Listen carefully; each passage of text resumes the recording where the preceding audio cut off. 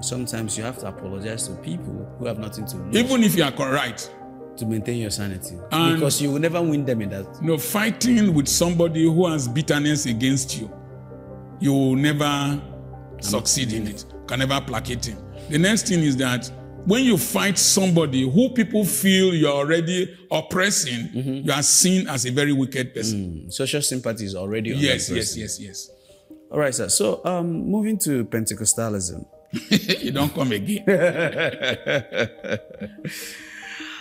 Few months or few weeks ago, there were trends of testimony that made virals. Yes. And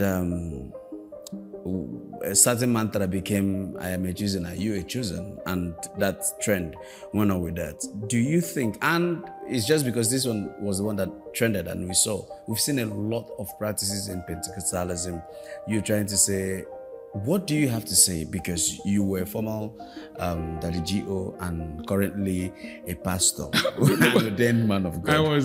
You see, we, like Charles Awuzie will always say, there is nothing any person is doing on TV that we didn't do, that we didn't see. I could be preaching, my interpreter will fall under the anointing. And then you go there, you pick the microphone, you will fall. If you hold me, if I say Jesus, you will fall. But people were falling, and they were not changing.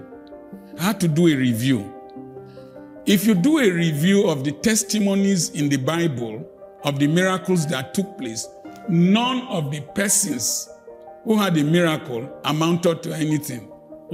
Even Lazarus that was raised from the dead, he couldn't write a book about the land of the dead. The dead. We will have known how the land of the dead. Yeah, because Lazarus would have given us a report. And I heard his voice from the dead. And I heard from the dead. And I was in the dead. You will say that there were no writings there. No, Josephus was writing. Tertullian was writing. Most of those who received miracle. The miraculous... The person that wrote about Lazarus was writing too. Yes. The miraculous is an intermittent intervention of divinity in the affairs of humanity when humanity is helpless and confused.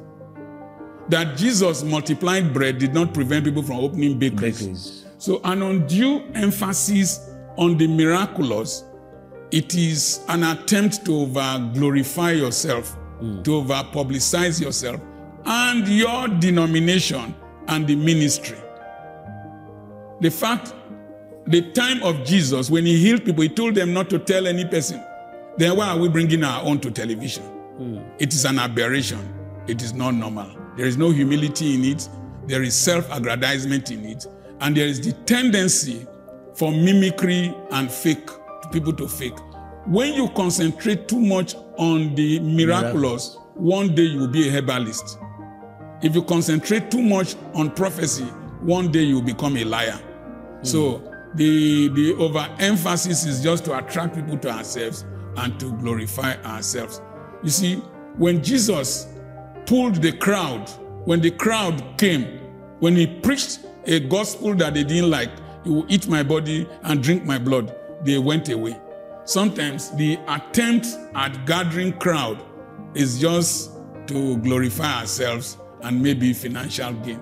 Aggrandizement. So, aggrandizement. I think that the overemphasis on the miraculous is distracting us in Christianity.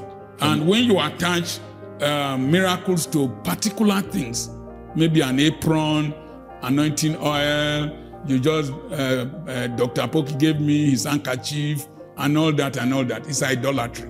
That's another Jujuism. It's another.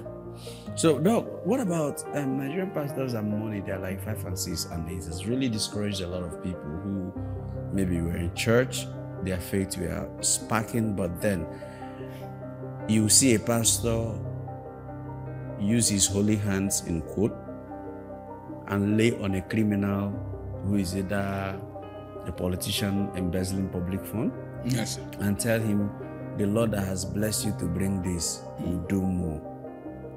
How would you respond to such actions? Number one, on a fair note, the pastor is not the DSS to know whether the person stole the money. No, Doc, in a situation whereby I was your member, and all of a sudden... I've heard testimonies like that. The people subsequently became charged for corruption. Overnight. Yes. They made me a commissioner. Yes. And I'm sowing seed of 50 million. Don't go into details so that it will not be associated with any person. Let's just do a blanket discussion. Now, I know a bishop, an Anglican bishop. A governor carried a trailer of rice to him.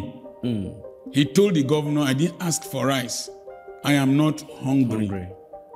And they left the rice. They told his church members to come and collect the rice. You understand? So it is true that we need money to run ministry, but hunger will not make you eat what you forbid. So we should be more discreet in ministry, because some of our leaders have said statements concerning each administration that turned out to be the reverse of what we are experiencing from those administrations. And so we should be very careful how we fraternize with politicians. They are not our enemies, they are our members. We should be very careful. If not, we will spoil the meal by the message, by over familiarity with them and over fraternization with them. Doc. Yes. Do you think that men and women are equal? Sir, in the sight of God, there's neither male nor female.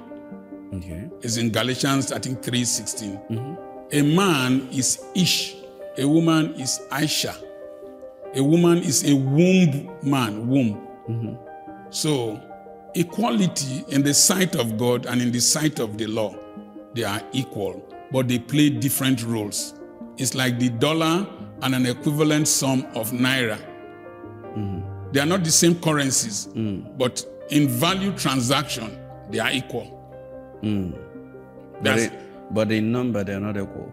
No, in value transaction, they are equal. They are equal. But in number, that is the number of notes that will turn to naira. I mean, a dollar.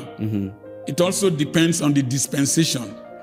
There was a time dollar was lower than naira. Yeah. So $2 was so using naira and dollar might not be a good example. But the main message is that it is the value in the sight of God, the value in the sight of a man, and the sight of the law.